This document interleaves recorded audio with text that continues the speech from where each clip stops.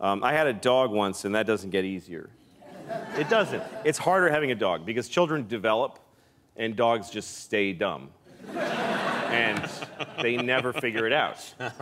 And when you're, I don't know if you ever had a dog that's had a medical problem, but you can't get their cooperation when you need to help them. Because you can't say to them, you know, you have this problem, you see. Yeah. I had this dog, when I took my dog to the vet the first time, she was, I don't know, a year old when I adopted her. And the vet told me, don't let your dog eat dark chocolate. I don't know if you know this, but I've heard this, that yeah.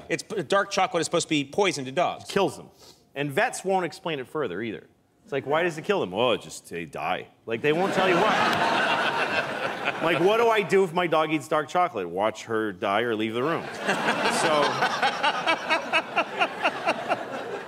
But the vet did tell me there's one thing you can do, which is give your dog hydrogen peroxide. And that foams up in the dog's belly, and then they throw it up with the chocolate. That's what you should know to do that. But you gotta do it quickly before they ingest the chocolate. All right, so I come home like 6 months later, sure enough, my dog ate dark chocolate. I had friends who had stayed over and they didn't know. They left dark chocolate in low places. Right. Had your dog eaten it? Eaten a whole big bar of dark Polish chocolate. The Polish part doesn't matter, but I like saying Polish chocolate. And my dog had chocolate on her face, and I went, oh my God! And she looked at me like, I was home for an hour alone, what are you gonna, you know, come on. And I was like, you're gonna die! And she's looking at me like, I don't understand English, but I get that you're upset.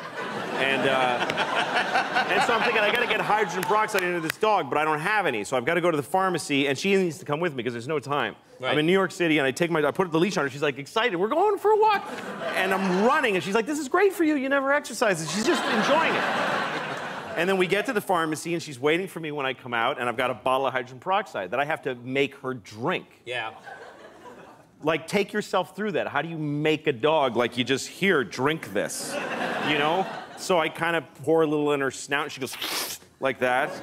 And so I kind of grab her, and I pour a little more. She goes, I think I was pretty clear that I didn't like that. Like, she looks at me like, she's trying to figure out what's going on here. And so I get my whole body around her. This dog was 70 pounds. She was like an alligator. Yeah, and if she didn't want to drink something, she was just thrashing. I'm like, drink it! And at one point, I have her on the end of the leash, and she's looking at me all wet on the face. And she gives me this look like, I don't know what happened to you, but our thing is over. I'm not into you anymore. I'm a dog. And she starts going, she became completely vicious. She's trying to bite me, and I'm trying to save her life. Yeah. So I'm punching her in the face and splashing this stuff. I'm holding her lip open. I'm going, kicking her in the stomach.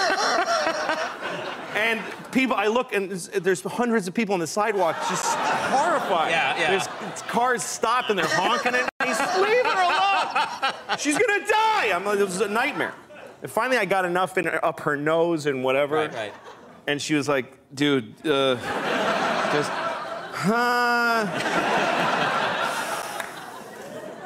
And then she, just like a pump, just, and just brown foam. Yeah. Brown, like she's, like another dog is coming out of her.